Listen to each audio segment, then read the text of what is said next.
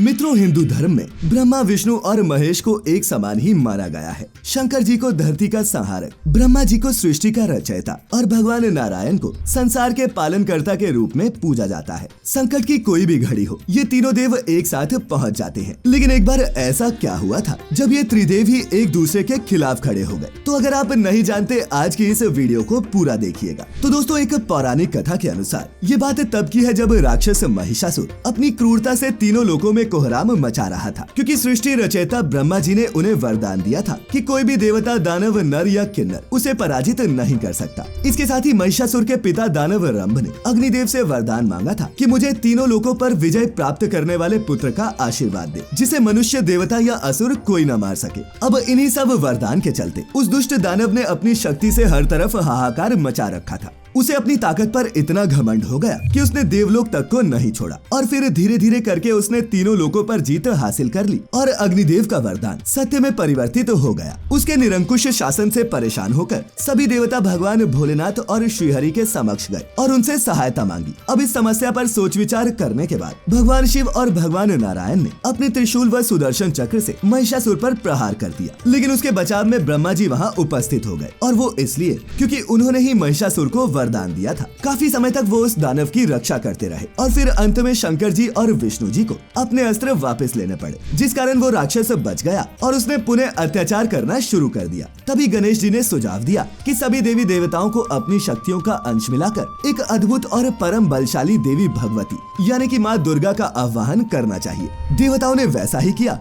और माता दुर्गा को महिषासुर के आतंक के बारे में विस्तार से बताया और फिर उसका वध करने का भी आग्रह किया, जिसके बाद देवी माँ भगवती ने दुष्ट दानव महिषासुर को मौत के घाट उतार दिया और इस सृष्टि को अधर्म से मुक्त करवाया। मित्रों, यही कारण है कि माता कात्यायनी को महिषासुर मर्दिनी भी कहा जाता है। इसके अलावा बता दें कि एक अन्य कथा और है जब ये त्रिदेव एक दूसरे के खिलाफ ही खड़े हो गए, और वो कुछ इस प्रकार है। एक बार ब्रह्मा जी और श्रीहरि के बीच विवाद चल रहा था कि तीनों देवों में से कौन श्रेष्ठ है। तब सभी देव मुनियों ने त्रिदेवों में श्रेष्ठ के अंतर को बताने के लिए भोले बाबा भगवान शिव से मदद मांगी। अब दोस्तों, ये तो सभी को पता है कि शिवलिंग को शंकर जी का ही प्रतीक माना जाता है। शिव यानी कि कल्याणकारी और लिंग यानी कि सृजन। अब इस विवाद को देखते हुए भगवान नीलकंठ एक विशालकाय ज्योतिर्लिंग के रूप में प्रकट हुए, जिसके आरंभ और अंत की कोई सीमा नजर नहीं आ रही थी। इसके बाद शंकर जी ने दोनों को उत्तेजित किया कि जो भी इस शिवलिंग के किसी भी छोर तक पहुँच जाएगा वही उन तीनों में सबसे श्रेष्ठ कहलाएगा। भोले भंडारी की ये बात सुनते ही परमपिता ब्रह्मा जी ने एक हंस का रूप लिया और अपना वर्चस्व साबित करने के लिए उन्होंने शिवलिंग के ऊपर की तरफ उड़ान भरी। वहीं श्रीहरि ने वराह का रूप धरा और शिवलिंग के निचले क्षेत्र में उतरे। लेकिन मित्रों, भगवान नारायण जैसे ही कुछ आगे बढ़े, उन्हें महसूस हुआ कि इससे पहले भी देवादिदेव भगवान शिव ने उन्हें पराजित किया था। जिसके बाद वो उसी स्थान पर वापस लौट आए और शंभुनाथ को प्रणाम करके उन्हें ही सर्वश्रेष्ठ मान लिया। वहीं ऊपर की तरफ बढ़ते हुए भगवान ब्रह्मा की भेंट केतकी फूल से हुई और उन्होंने उससे कहा कि वो शंकर जी को जाकर बताए कि ब्रह्मा जी को शिवलिंग का सबसे ऊपरी छोर मिल गया है। उस केतकी के फूल ने भी वैसा ही किया और ब्रह्मा का संदेश भगवान भोलेनाथ को दिया। अब भगवान शिव तो ठहरे अंतर्यामी, उन्हें तो सब पहले से ही पता था कि ब्रह्मा जी क्या खेल खेल रहे हैं। इस कारण शंकर जी क्रोधित हो गए और उन्होंने ब्रह्मा जी को झूठ बोलने पर श्राप दे दिया, जो ये था कि उनकी धरती लोक में कहीं भी पूजा नहीं होगी। साथ ही उन्होंने केतकी फूल को भी श्राप दिया कि उसका इस्तेमाल किसी भी धार्मिक अनुष्ठान में नहीं होगा। आपकी जानकारी के लिए ये भी बता दें कि भारत के राजस्थान के पुष्कर में वो इकलौता मंदिर स्थित है जो खास तौर पर ब्रह्मा जी को समर्पित है और इसी स्थान को भगवान ब्रह्मा का निवास स्थान भी माना जाता है। और मित्रों, इन दोनों कथाओं के अलावा एक बार ऐसा भी क्षण आया था जब भगवान भोले बाबा और श्रीहरि के बीच भी भयानक युद्ध हुआ।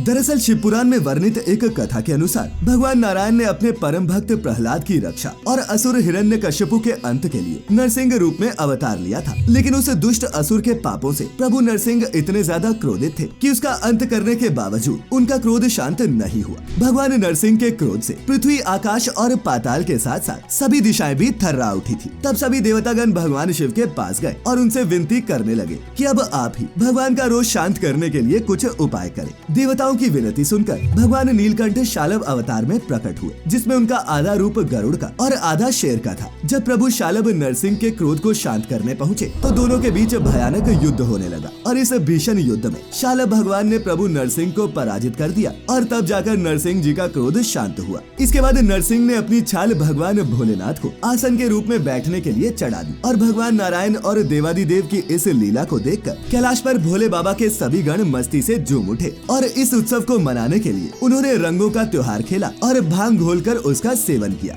तो मित्रों, आज हमने मिलकर जानी वो कथाएं जब ये त्रिदेव एक दूसरे के खिलाफ ही खड़े हुए। अगर आपको आज की ये प्रस्तुति अच्छी लगी हो तो इसे अपने मित्रों रिश्तेदारों के साथ साझा जरूर करें और ऐसी सभी धार्मिक और आध्यात्मिक कथाओं के लिए जुड़े रहे द डिवाइन टेल्स परिवार के साथ। और हाँ, अब आप हमारी वीडियोस फेसबुक पर भी देख सकते हैं, जिसके लिए लाइक करना होगा आपको हमारा पेज द डिवाइन टेल्स। तो फिलहाल आज के लिए बस इतना ही। अब इजाजत दें। आपका बहुत बहुत शुक्रिया।